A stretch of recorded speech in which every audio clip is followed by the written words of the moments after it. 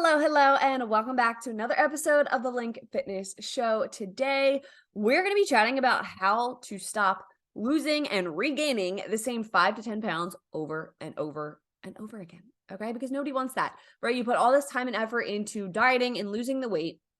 You look good, you feel good, but you don't know how to avoid putting it all back on, right? And sometimes, honestly, life just hits us, or we just don't know how to kind of transition out of that dieting phase.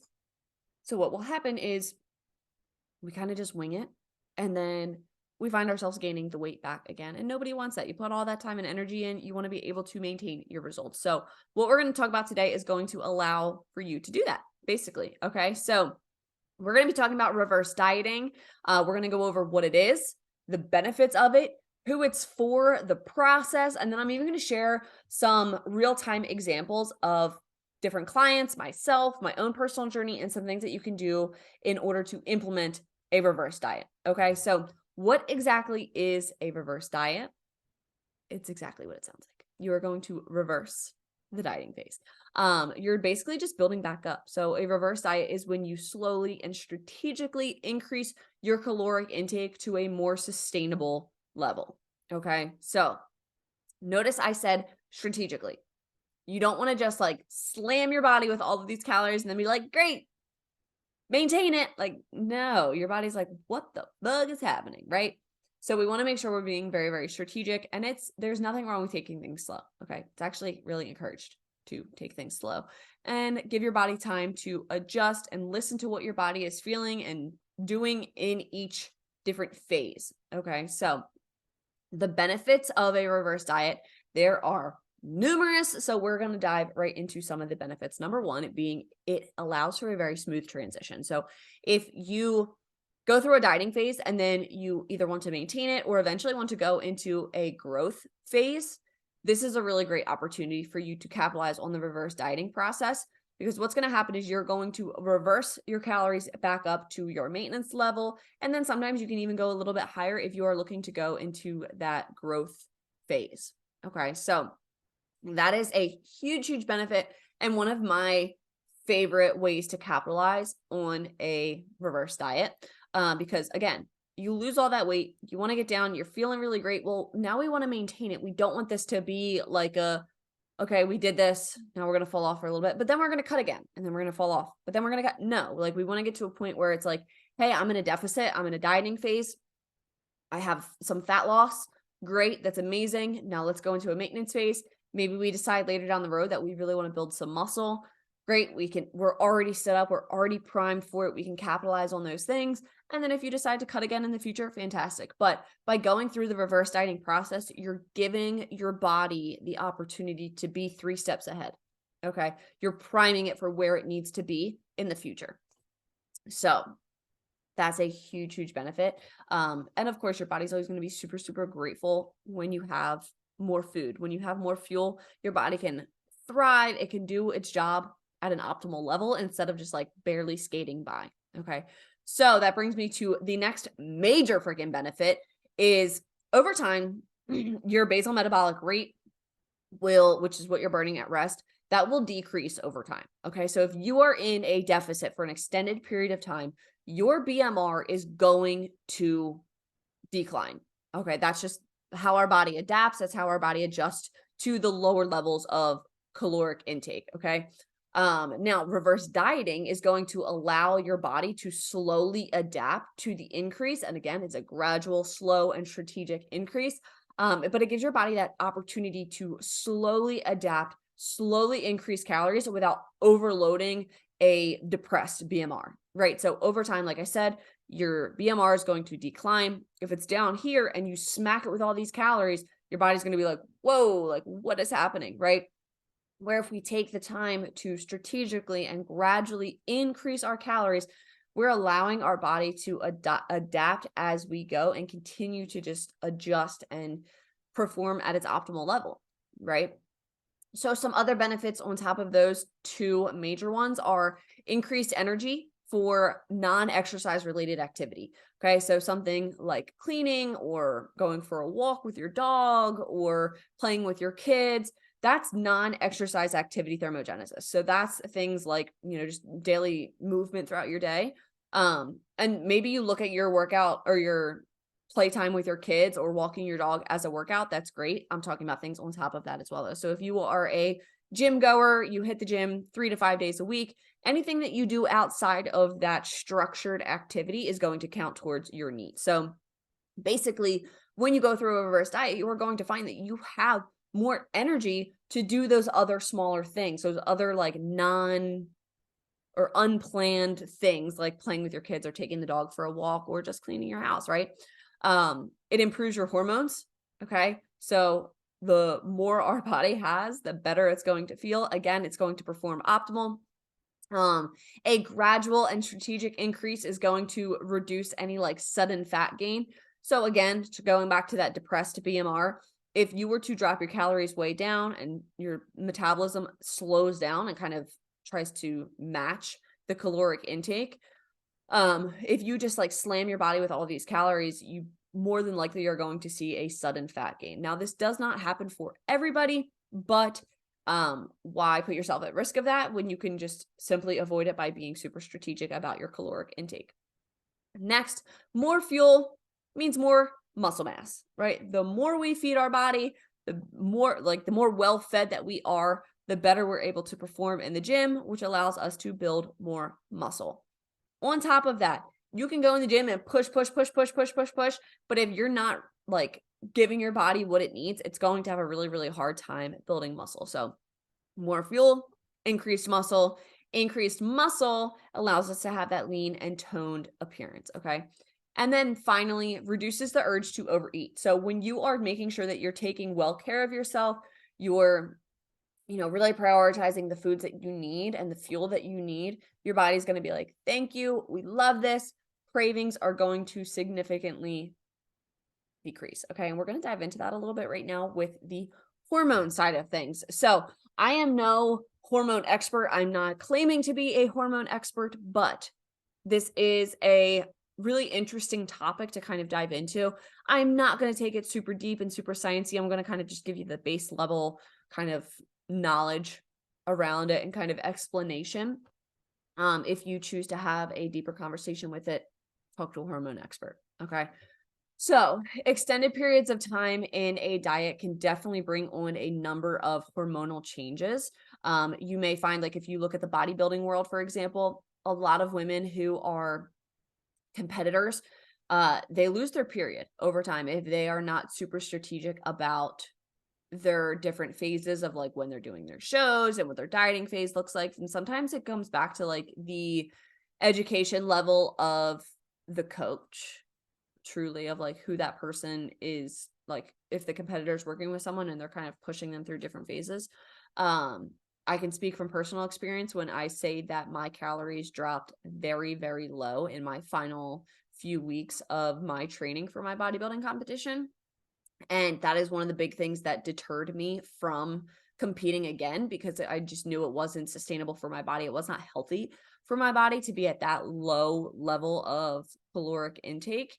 And my body quite literally fought back. Like I was not losing the body fat that I needed to lose. And my body was just not having it, right? And a lot of women will lose their period when they are a long-term competitor, and then they have to spend years working to get it back. And it's just, I know that's more of an extreme situation. Not everybody here is looking to be a bodybuilder and get on stage and do all that stuff, but it still applies to an extreme dieter as well. Okay, so we're going to go into 4 different hormones today. Number 1 being leptin. Okay, so as you continue to diet, your leptin is going to decrease. As you continue and keep moving forward in your diet, you're going to lose body fat and your leptin will decrease, which is going to signal to your body that your energy is declining and your calories need to increase, and they need to increase now.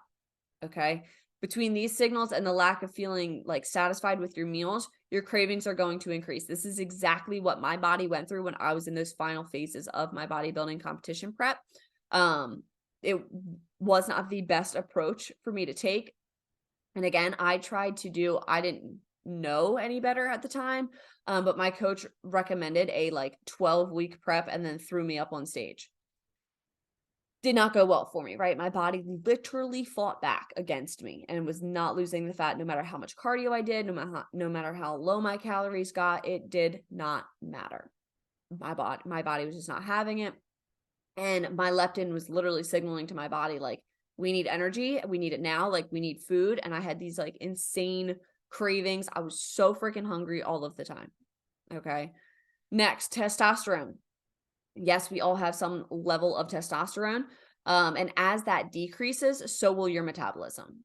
Okay, so testosterone is what helps us build the muscle and maintain the muscle.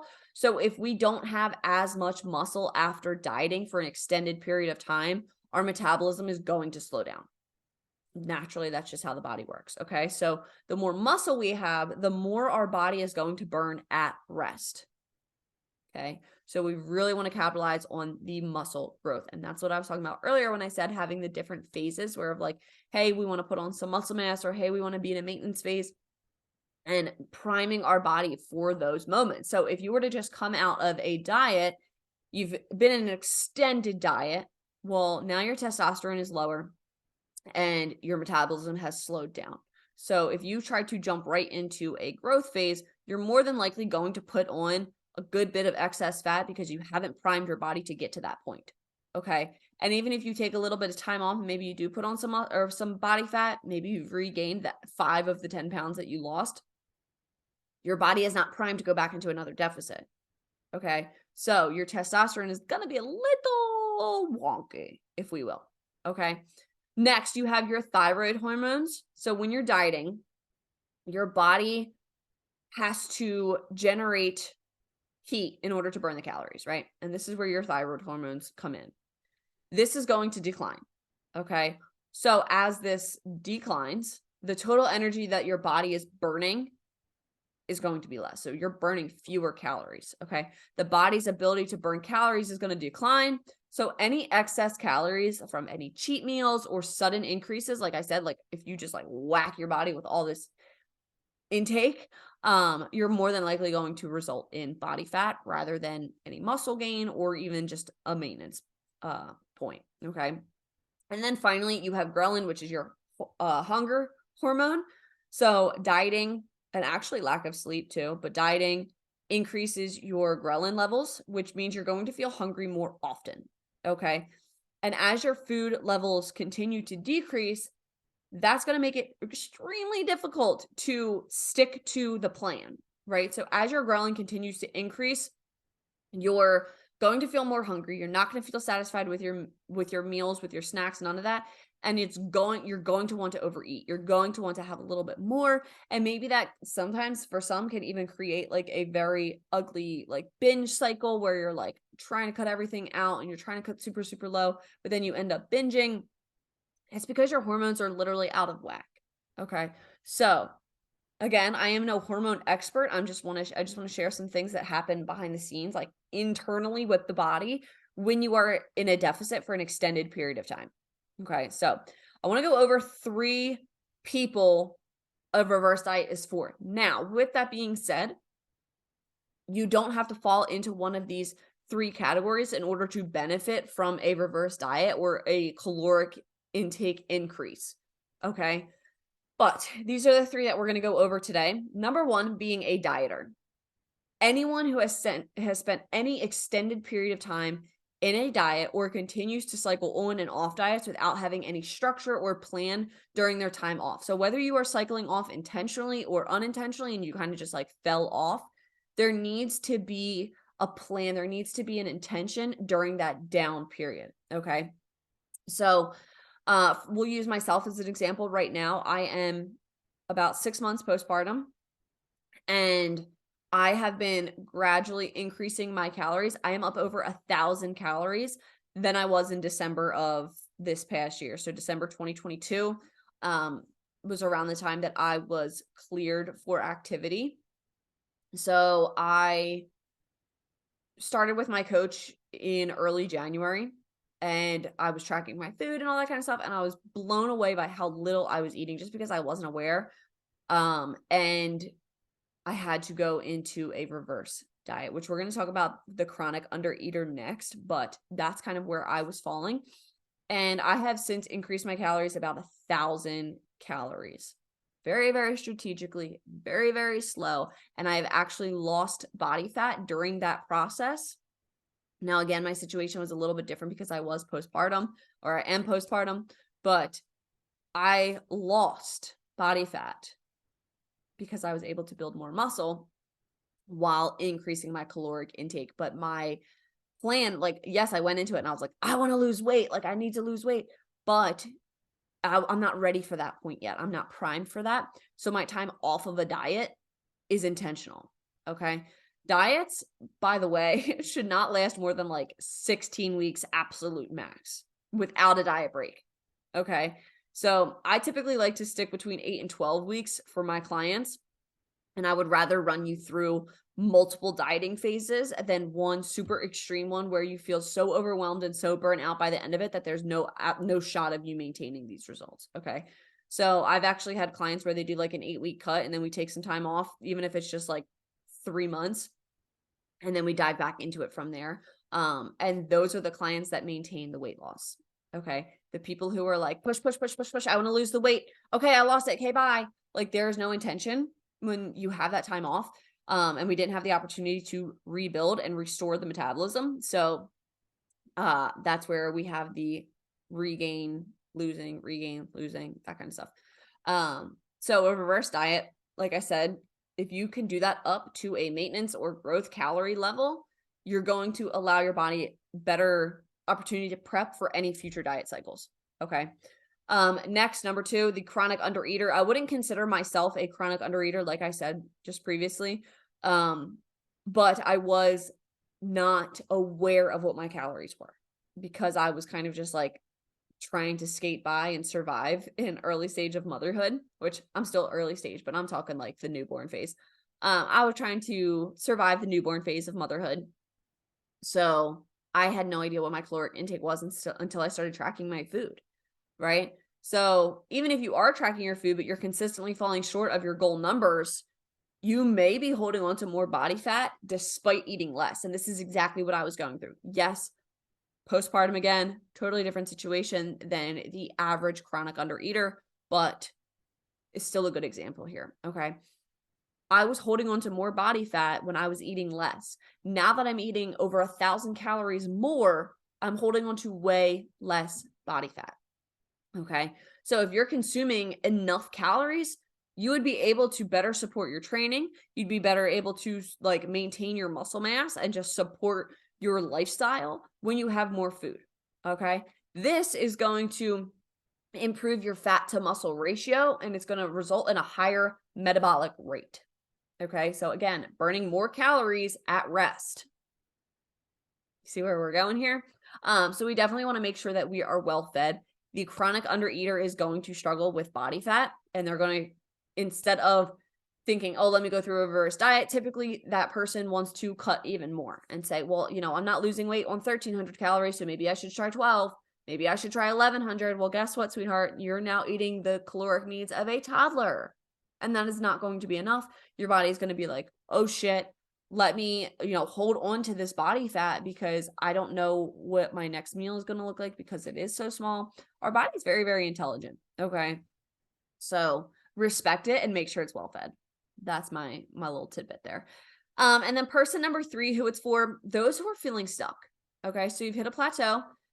Instead of continuing to diet, adding in more supplements, increasing your cardio, or even just saying, fuck it, let's try a reverse diet. Shall we?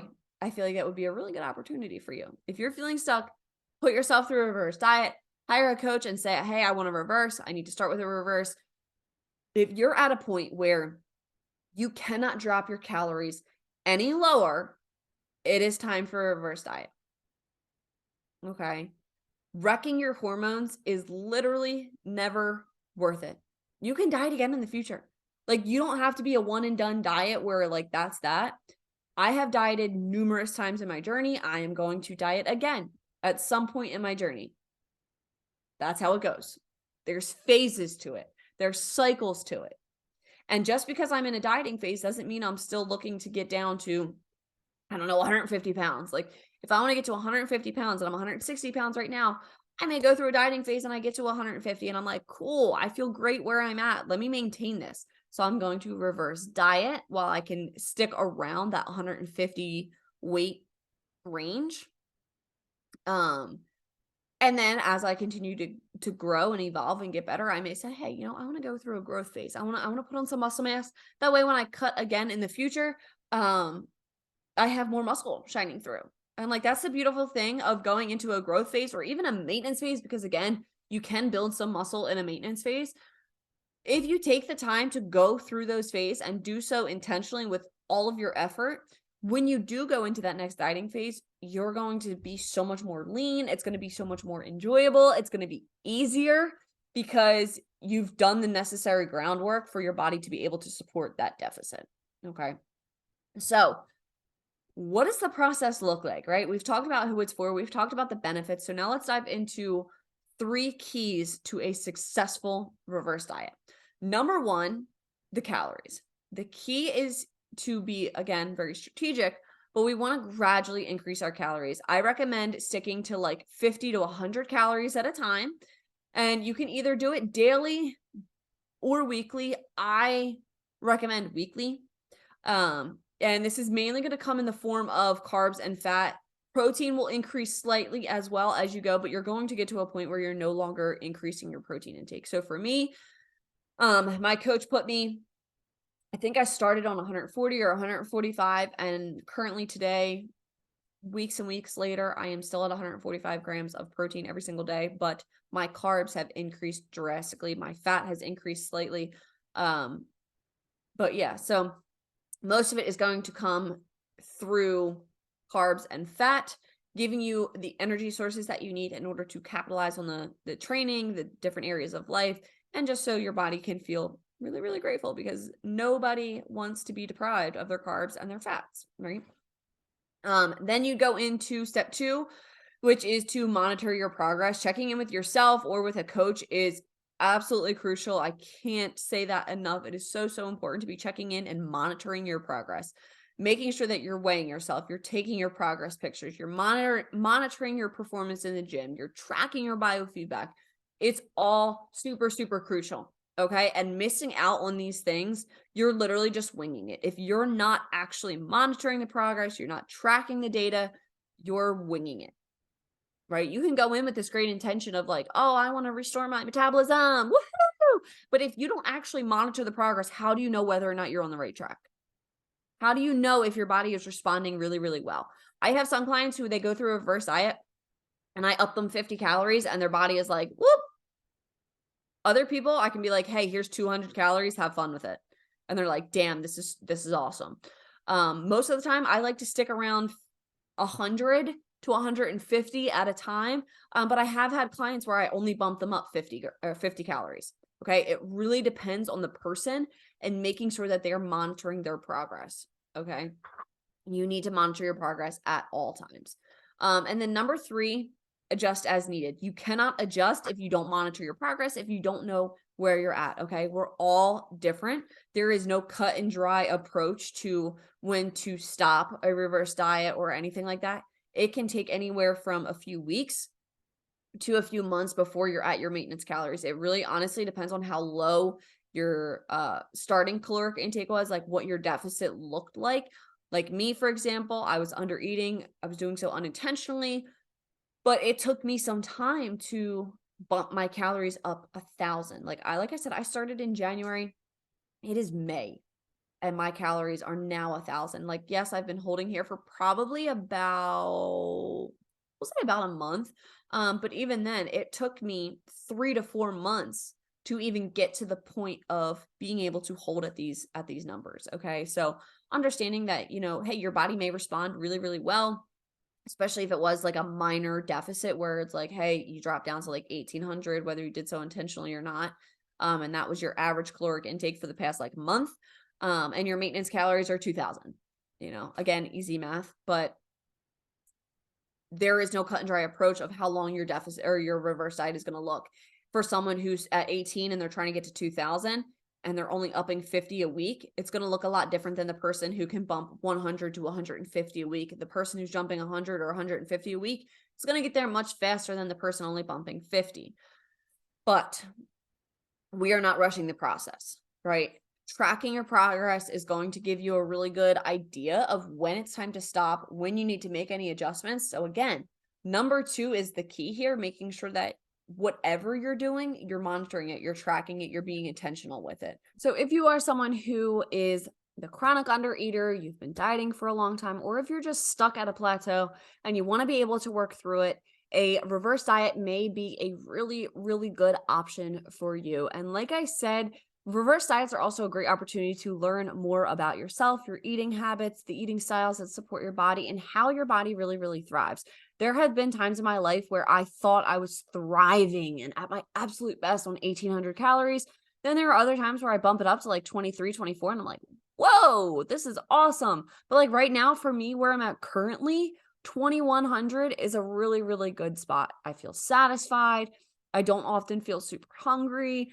And it gives me the flexibility to eat the foods that I want to eat while still seeing results. So I can prioritize things like protein and fiber and my fruits and veggies and really great carb sources and fat sources while still enjoying those more of like treat style food items. Okay. So if you have questions on reverse dieting and if it's a good fit for you, please shoot me a message on Instagram. Let me know. We can absolutely hop on a call and work through it and see if you're at a good spot for this.